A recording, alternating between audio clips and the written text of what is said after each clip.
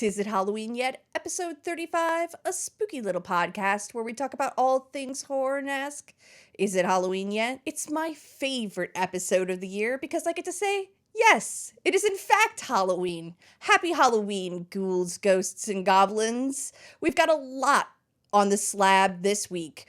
Just before I started to record, a big horror IP announced a comeback via a television show. We've got Silent Hill news. We've got Callisto Protocol news. Resident Evil Village was released for the Mac over the weekend. It's a big week. We've got lots to talk about. Let's start with video game news. So, after last week's Silent Hill transmission, Team Blooper President came out and was like, hey, it's up to Konami. They're the ones who get to decide the release date. But we are in the advanced stages of development. So that's good. I was a little bit afraid that they hadn't even started development on Silent Hill 2, and it would be a pretty long time before we saw anything come out from that team. But that doesn't seem to be the case. We seem to know that it was started development in 2019. So, I mean, you're going to have to factor in the pandemic. That's going to mess up timelines and stuff. But that's exciting that we will probably see that game sooner than later. Next up, we've got a release date, which is today, Halloween, for Super Lone Survivor. It is a remake of Lone Survivor, which is a 2012 game, I think. And in this game, you have to escape a city that is being overtaken by disease, whatever way you see fit. You can be stealthy, you can scavenge for food, or you can just mass murder everything in your sight. So it is out now on Steam for $24.99. He came out on Twitter and was like, yo, it's out today on Steam, but if you want to play it on Switch, it will arrive on November 8th in Europe and Australia. I don't know if that means we're not getting it in the US, but if I find out more, I will definitely let you guys know next week. Dread XP is out here just killing it. They have acquired 2 new titles. One is called Amanda the Adventurer, and the other is a text-based horror game called Do Not Exist. So, Amanda and Adventurer is kind of one of those bait and switch games. It looks like, kind of like Doki Doki Literature Club. It looks like this wholesome, sweet game about friendship, but then they find a box of DVDs, and Wooly the sheep, who is the childhood sidekick, just becomes creepier and creepier, which is amazing. I can't wait. I love the juxtaposition of children's animatronics or children's characters just being creepy. Like Betty Loves You, love that. Banana Splits the movie, love that. Willy's Wonderland, all of that. So give me that vibe in a game, and I'm there. Next, we have I Do Not Exist, which is a 2D, 3D game that will allow players to experience a natural language processing to solve puzzles and talk to a cute mushroom. You don't have to wait very long. Both of these games are slated to head out probably in the early part of next year. So when I find out release dates, you will absolutely know. My Work Is Not Done is a Tsunami Productions game that is a investigative narrative horror. And it's going to explore the limbrication and disillusion of human identities and meaning within an uncanny wilderness. The graphics of the game give me big World of Horror energy. If you have not played World of Horror, please do. That game is 10 out of 10. I don't think it gets the love and attention it deserves when October rolls around. But I'm excited to see this. This is also coming up from Dread XP. I'm excited. I can't wait. I love this weird pixel black and white games, horror games we seem to be getting out of Japan. Friday, we saw the launch of Resident Evil Village Gold Edition. So we got DLC for all platforms. We got Resident Evil Reverses, the multiplayer game came out. We also got a Mac App Store version of the game for Apple Silicon. So M1, M2 processors. So all of the new Apple processors. And I booted that up last night and played around with it a little bit, and it was impressive. I have Resident Evil Village on PC via Steam, and I have always had a little bit of trouble with that game. It doesn't really want to play well with the NVIDIA drivers. I mean, it's always a challenge of making sure everything is set up for that game so that you can play it in a playable state on my PC. And I don't have a bad PC. I have a pre-built from like 2020. It's got a 2060 in it, so it's not like it's a 2060 Ti. It's not like it's lacking in power, but my iMac played it like a champ, and it looked better. The lighting was a little bit realer, like rendering, and the text in the HUD was nice because of the Retina screen on my iMac. So I don't know. I hope this is a sign of things to come. Even if I only ever got to play all the Resident Evil games on my iMac, I would be excited with that. That would be worth it. So I hope we see more from Capcom and Apple working together, because it was really impressive. You could play this game on a laptop and it wouldn't get hot and it didn't kick the fans on, and it was a really great portable experience of the game. So I don't know, that just makes me excited. And like I like that Apple is acting kind of like Hollywood and is like, oh, there's this new thing we want to do.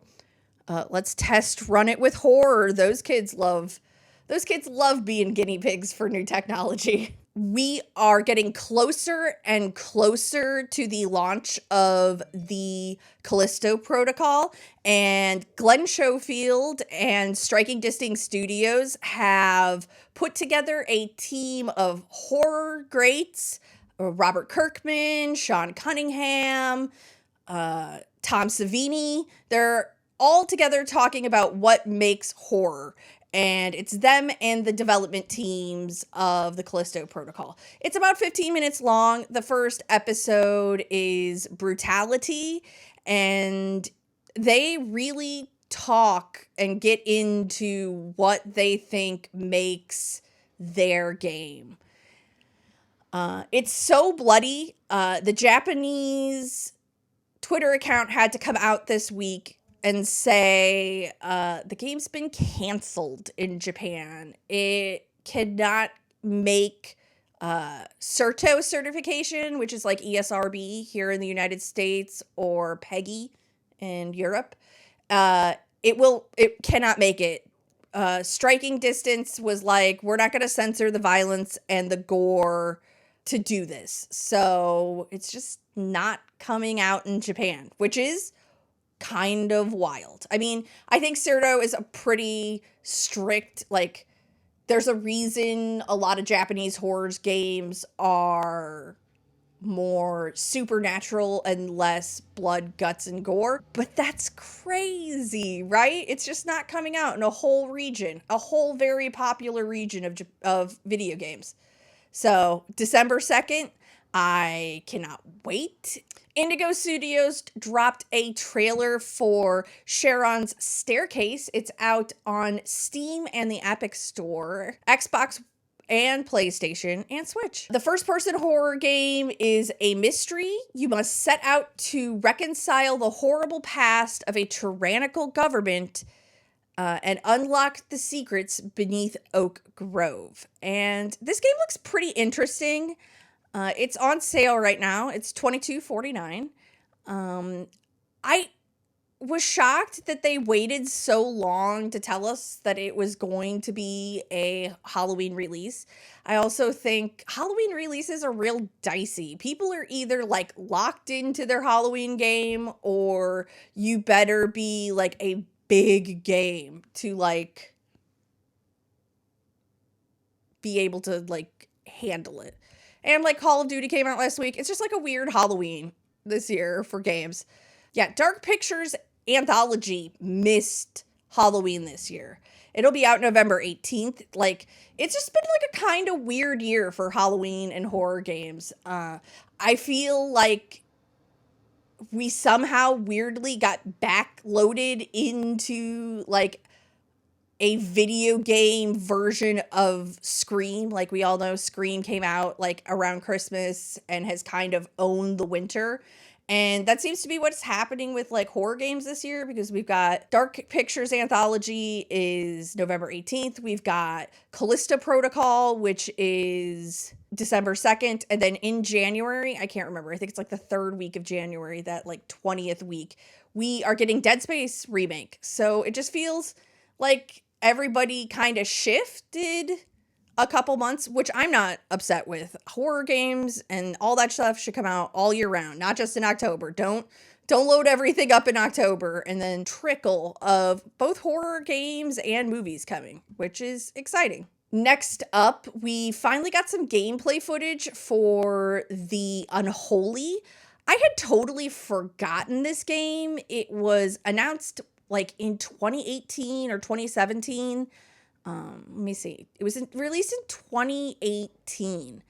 And like, I completely forgot what this game was about. It is coming out next year, and you're looking for a young child after they disappeared from a post-Soviet town. To do so, you have to run around and deal with the twisted world of the unholy, which is a society ruled by a relentless priest caste. So you get to use different emotions as gameplay mechanics, so anger, fear, sadness, and desire. And you can trigger mechanisms, you can overload circuits, you can use these emotions to confuse, lure, or damage your opponents. And you also have, there's like this mask mechanic where like you build your own mask and you like can power it up and change it. And that's kind of like how you level yourself, because everybody in the unholy hides behind a mask. IGN, not my favorite website, but IGN has a 16-minute gameplay video up. Thanks to Bloody Disgusting for shouting that out. In news that I'm super excited for, Fatal Frame Mask of the Lunar Eclipse is headed our way in March. March is also a big month for video games. We're getting Fatal Frame in March. We're getting Resident Evil in March. Resident Evil 4 Remake in March. And System Shock is all coming out in March. Video games, they just come out all year now. And we got a new trailer for it. And there is also a deluxe digital edition, which includes a dinner party costume set, a digital art book, and the game soundtrack. If you ordered before March 22nd, you will also get a Dead or Alive inspired costume. And if you have saved data on your system from Fatal Frame's Maiden of the Black Water, which you should, bestie, you should have it on there. You should play that game. You'll also get a Camera Obscura hat. I'm super excited. The new trailer looks great. Again, this is a game that kind of looms large in my imagination because as a Fatal Frame fan, it never came out here. So we only ever heard like secondhand, or like you knew somebody who knew how to read Japanese and so they played it. Like, I'm excited that some of those games like from the past are now making their way over. Hey Nintendo, Mother 3, we really want it. We can do it. Not horror related, but like, come on, Mother 3, let's do this. But yes, I'm very excited. We will be playing Fatal Frame Maiden of the Black Water on YouTube, most likely, either as a Let's Play or as a live stream. If we play it as a live stream, I'll let you guys help. You can vote in the chat for what we do. It'll be like a team effort. And our final bit of video game news this week, Killer Clowns from Outer Space showed us a little bit more of their game. And it looks great. The trailer is nuts. The guys are pretty nuts too, over who are doing the promotion of this game. Their Discord's a great time. Like, they're just pretty silly and having fun on social media, and they really seem to have taken the spirit of that game to heart.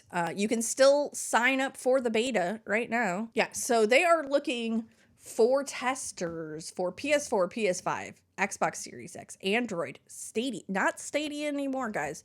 Stadia doesn't exist. Valve, Vive, Mac, PS4 Pro, Xbox One, Xbox Series S, iOS, Apple Arcade, and Oculus Quest, PSVR, and Steam Deck. I'd be stoked if this game came to Apple Arcade. Like, that would be a big get for me for Apple Arcade. That would just be fun. I feel like that's a great game. It's a game that Apple Arcade doesn't have. There's not a lot of, like, multiplayer games on Apple Arcade. Though, I don't know, given the dark nature of Killer Clowns from Outer Space, if that would go with the vibe that Apple is trying to go for. But I would enjoy it. I think a lot of people would. Speaking of Apple, let's get into TV news. We don't have a whole lot. We've got one, like, kind of small story we're going to talk about right here, and then one big story that broke right before I sat down to record. So, Servant, the M. Night Shyamalan produced Apple TV show, will be having its final season coming up this year that will premiere on January 13th. I haven't kept up. I am a season behind. My partner actually just started watching it, so maybe I'll catch up. I was not impressed with season 2. Season 1 was fantastic. I was obsessed. Season 2, not so much. So, we know that this is the last season. They're wrapping it up, and yeah, it is one of the original launch shows for the Apple TV. So, it's one of the more enjoyable M. Night Shyamalan projects if you are on the fence about watching it. It's very interesting. And in the big, giant, earth-shaking news, Bloody Disgusting is reporting that a Friday the 13th prequel series named Crystal Lake is coming to Peacock.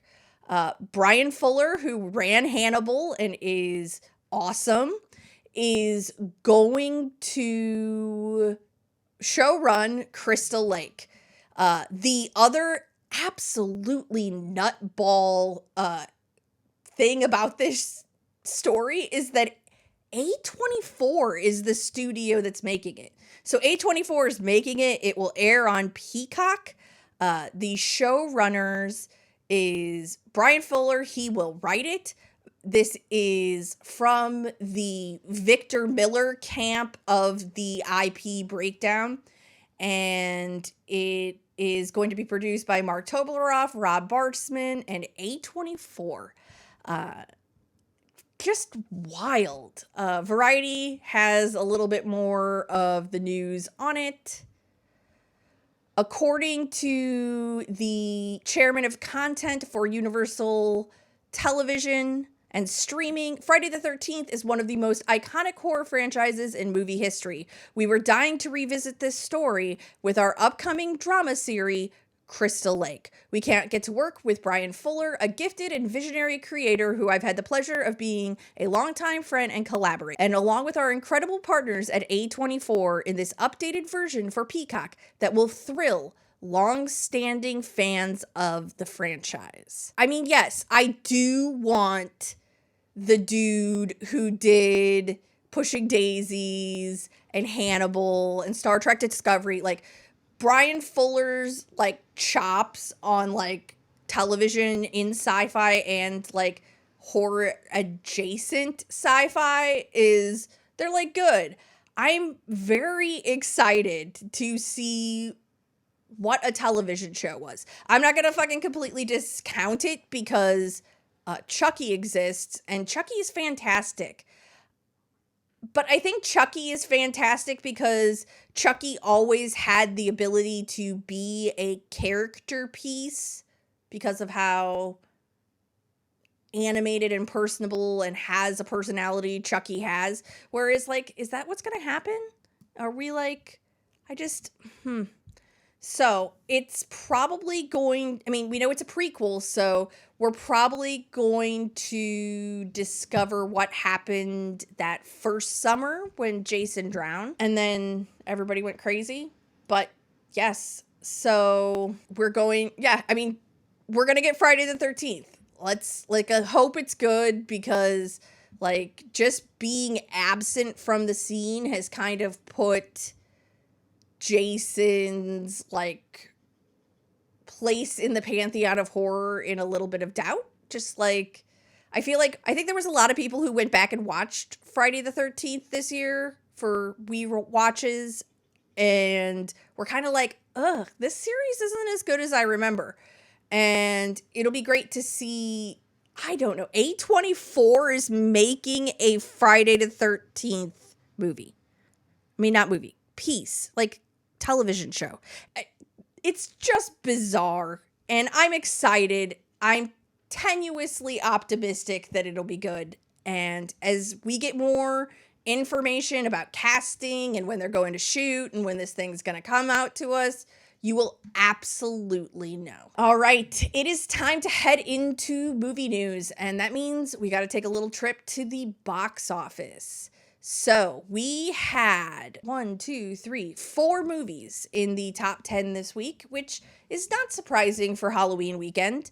Horror did not top the box office for Halloween. It was Black Adam and Ticket to Paradise.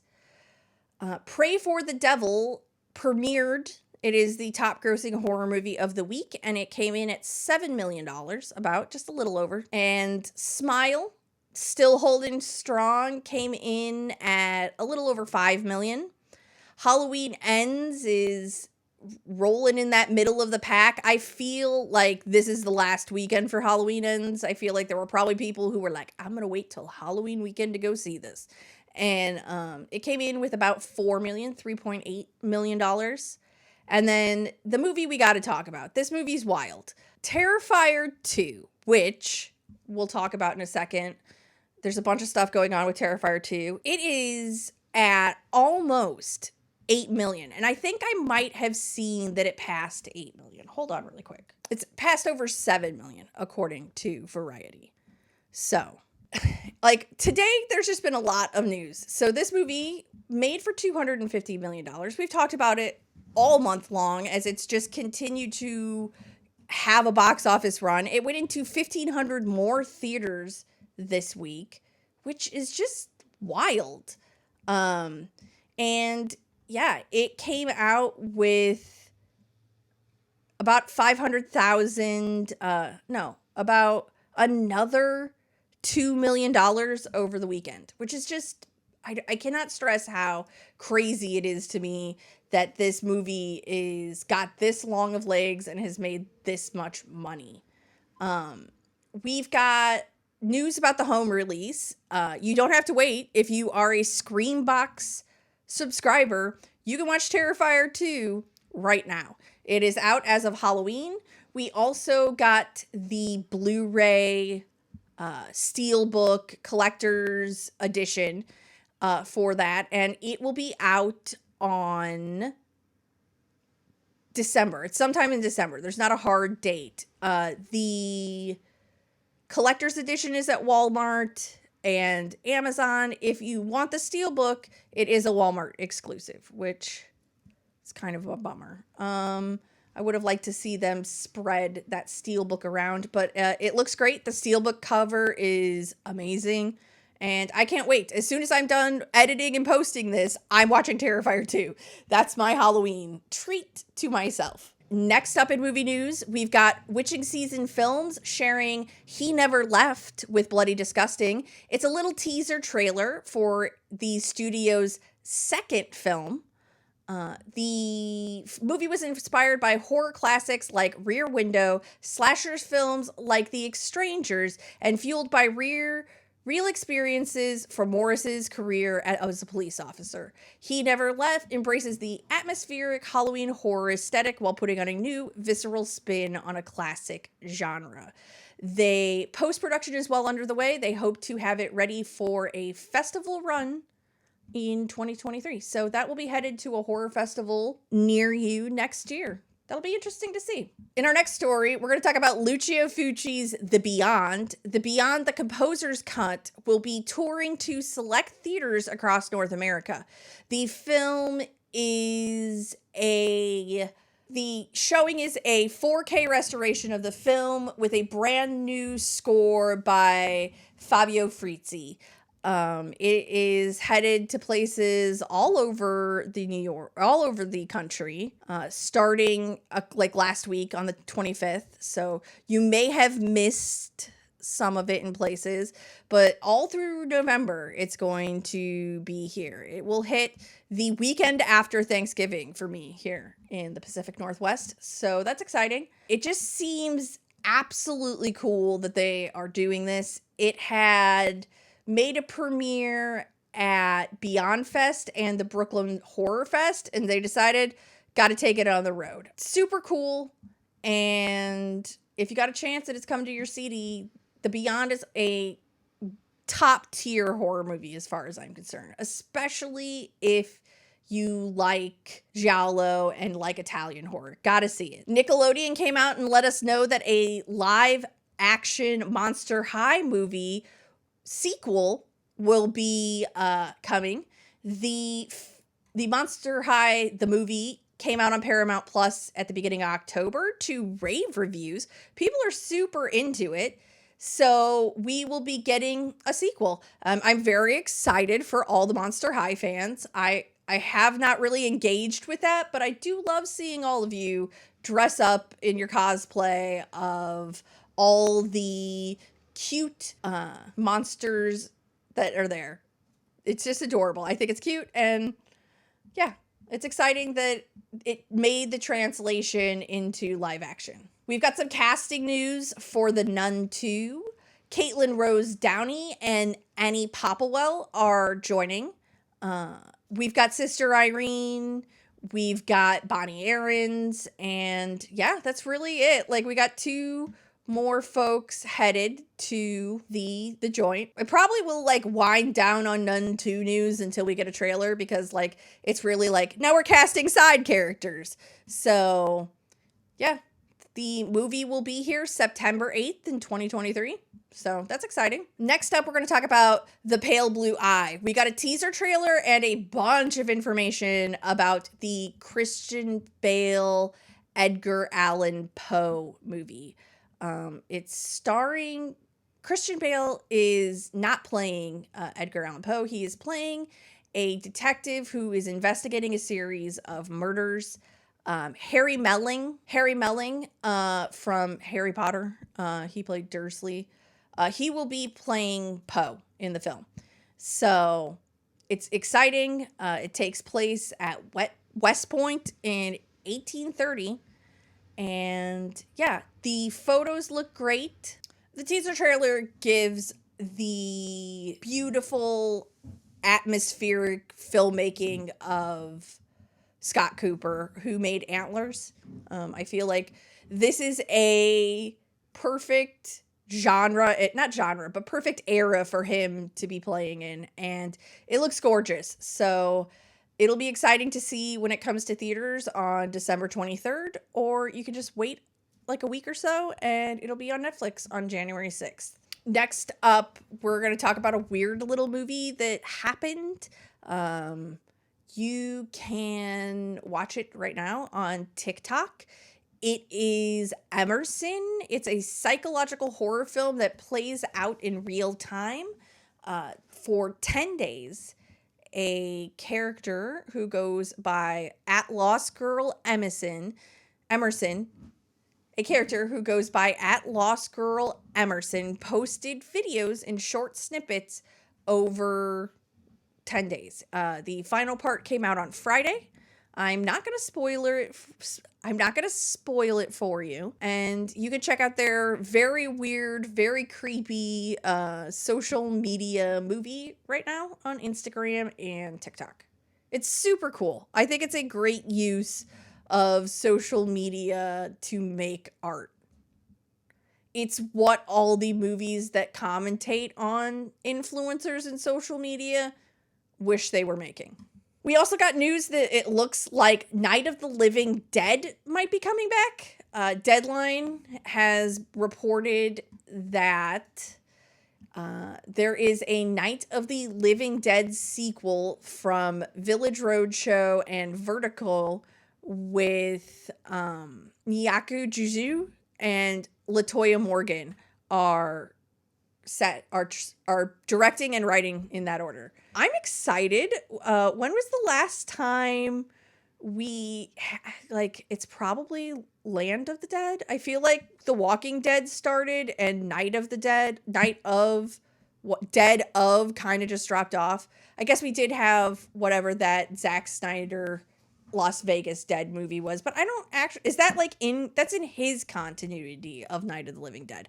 So it'll be interesting to see someone else pick up Romero's continuity of the film. So Christine Romero is super excited by the visionary storytelling team that have come together to expand on the premise of the original film. Revisiting the world that George and his collaborators created is going to be a treat for fans.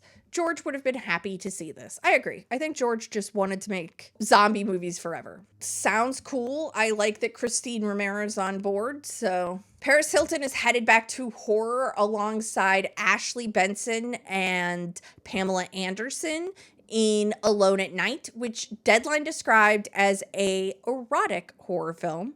According to Bloody Disgusting, the film follows Vicky, a young woman looking for an escape after going through a tumultuous breakup.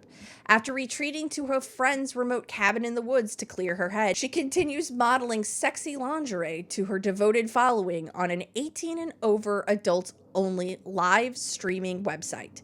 But when the power goes out, Vicky discovers something terrifying waiting for her in the dark. A mass killer wielding a crowbar who's hellbent on bringing her night to a grisly end.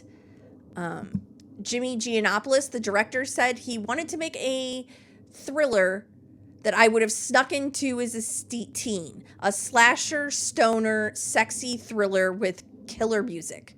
Sounds great. I'm excited to see Paris Hilton back in horror. I think she's great in House of Wax. People are crazy about that movie. People are rude about that movie, but I think Paris Hilton is kind of perfect in it. So, Dale and Tucker versus Evil director is adapting the slasher novel Clown in a Cornfield. According to the official synopsis, Quinn Maybrook and her father have moved to a tiny, boring Kettle Springs to find a fresh start. But what they don't know is that ever since the Bay Pin corn syrup factory shut down, Kettle Springs has cracked in half. On one side, the adults are desperate to make Kettle Spring great again. On the other side are kids who want to have fun, make prank videos, and get out as quickly as they can. Kettle Springs is caught in a battle between old and new, tradition and progress. And that fight looks like it will destroy the town until Friendo, the Bay Pen mascot, a creepy clown in a pork pie hat, goes homicidal and decides that the only way for Kettle Springs to grow back is to cull the rotten crop of kids who live there now. This novel is on my list of things I want to read. I have not got around to it, but now that there's going to be a movie, I'm definitely going to see it. I do love that the cover of the book, the tagline for it is, "The kids are not all right." So, yeah, that's exciting. I like when we get horror book adaptations. So, Stephen King can't have all the fun. Danielle Harris is back working with Halloween 4 director Dwight Little in a film called Natty Knox. Natty Knox is also stars Robert Englund and Bill Moseley. Like, powerhouse of horror people. Danielle Harris, Robert Englund, Bill Moseley. I'm very excited. So, it chronicles the story of a small town babysitter who on Halloween Eve, along with her kids, has to survive serial killer Abernath Hennywell, who himself is the traumatized son of B-movie horror legend known as Natty Knox. So yeah, of course. Robert Englund's going to be the B horror movie legend. Bill Moseley's going to be the killer. Down. I'm so excited. It sounds cool. I'm excited. It's got to be coming soon, or is it just going into production? No, it's done. Film will be presented to buyers next month. So that's exciting. It's a 2023 treat we're going to get. Also like to see Robert Englund out there working.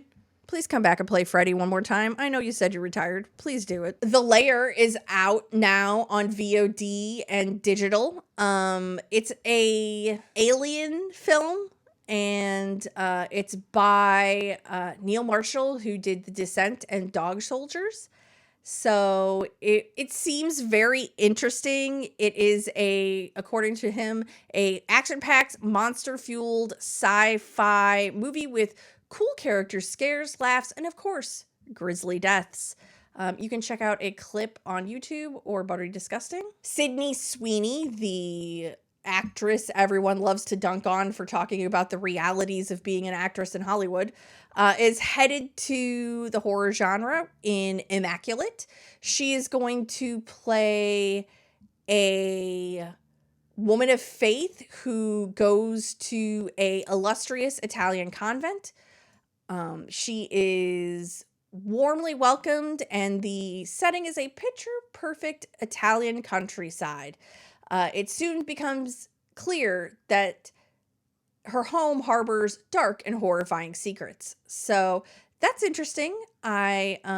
She's looking mean and exciting in the photo on Bloody Disgusting. So Florence Pugh is set to star in Alexander Skarsgård. Yep. The Northman himself is directing a thriller called The Pact. The film is gonna start shooting in March. It follows a group of documentarians who brave the remote wilderness of Alaska in efforts to save a nearly extinct species of wolves. When the crew is brought back together at a prestigious awards ceremony, tensions flare as a deadly truth threatens to unravel their work. I am excited.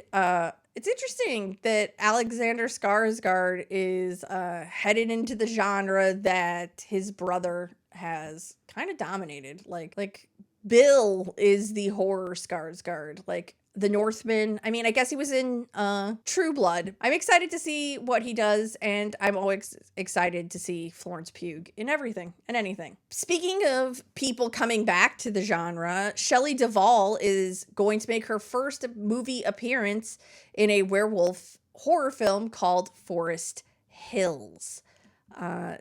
She's playing the mother of a mentally and emotionally disturbed son who serves his inner voice. It's been 20 years since Shelley Duvall has showed up in a movie, and that's exciting. I love Shelley Duvall. My burning dislike of Stanley Kubrick is basically fueled by how absolutely rude he was to Shelley Duvall during The Shining. It really ruins my enjoyment of that movie. Because to me, Shelley Duvall is the fairy princess who told me princess stories on HBO when I was a child. So how dare you be rude to the fairy princess, sir? Harriet Slater is headed over to join the cast of Horoscopes. We talked about this film maybe last week or the week before. It is about a group of college friends who get their horoscopes and then begin dying in ways that are connected to the fortunes. Is it that their fates are fatal, or can they change what's written in the stars? It seems cool. Jacob Balton's going to be in it. Owen Fleury is going to be it from Mandy. Yeah, it just looks like an interesting concept, and it is based on a novel by the same name. So if you want to check out the story, you can read the novel right now. Next up, we got a little bit of Shudder news. So first up on the docket, we've got an acquisition for the streamer. They are picking up Christopher Smith's Consecration. It is by IFC Midnight. IFC Midnight and Shudder together have acquired the North American rights to the film.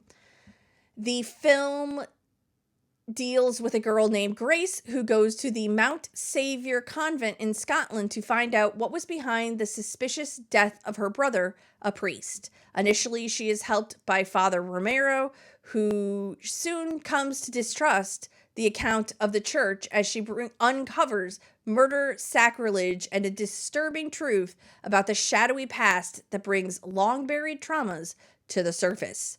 Yeah, that looks exciting. It's coming to Shudder in 2023. It will probably be like most IFC Shudder joints, like She Will, that came out over the summer and then came out on Shudder in like September, October. So probably this time next year for Consecration.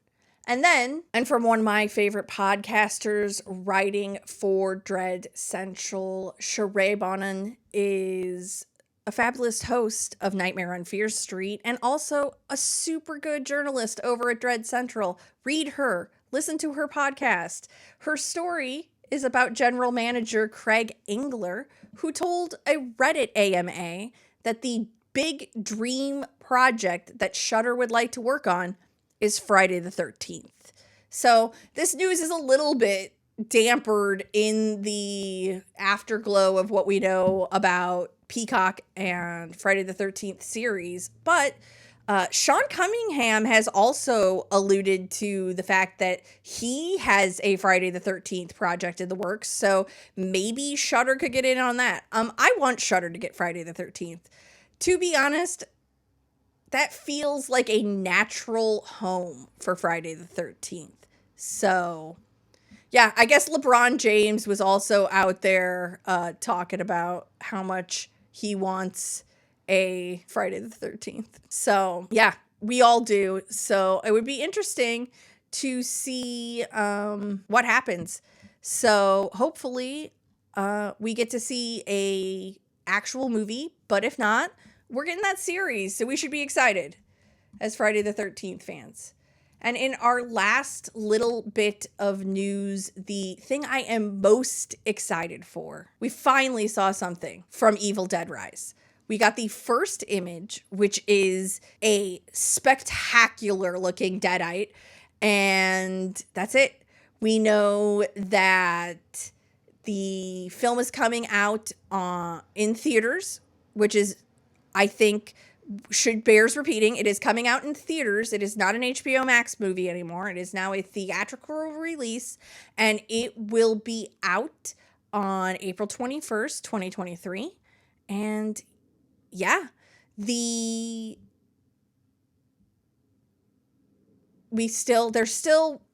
are still impressing on us that Bruce Campbell will not be in the movie. They've been involved in the project. Him and Raimi have been involved, but Campbell will not be in the movie. Ash Williams will not be in the movie. It's brand new movie, brand new characters. The film official plot synopsis is, in the fifth Evil Dead film, a road-weary Beth pays an overdue visit to her older sister Ellie, who is raising 3 kids on her own in a cramped LA apartment. The sisters' reunion is cut short by the discovery of a mysterious book deep in the bowels of Ellie's building, giving rise to flesh-possessing demons and thrusting Beth into a primal battle for survival as she is faced with the most nightmarish version of motherhood imaginable. Yeah, I'm very excited. This picture looks horrifying. I hope we get a Deadite kid. Yes. So thank you, WB, for giving us a little holiday cheer with Evil Dead. So that's going to do it for this very jam-packed Halloween episode of Is It Halloween Yet? I'm your ghostess, Spencer. You know where you can find me. You can find me all over the internet as Miss Nintendeek64. Check out the website, A Halloween Club. There's a little blog on the top of that. There's going to be blog posts there. You can check out my micro blog at Miss Nintendeek. You can check out my Instagram, my TikTok, my YouTube channel, where hopefully maybe you're watching. If you are, give this a like, subscribe, hit that bell. You'll know when I go live to play games like we did on Friday. We played Scorn. It was super, super weird. I don't think I was expecting it to be that weird. So I am going to get going. I am going to go enjoy our favorite day of the year, my absolute favorite day of the year, other than my birthday. And I hope that you have a great Halloween. If you're trick-or-treating with your kids or you're trick-or-treating with yourself, I hope you get lots of the candy you like and none of the candy you don't. But you know what time it is. Sleep or don't.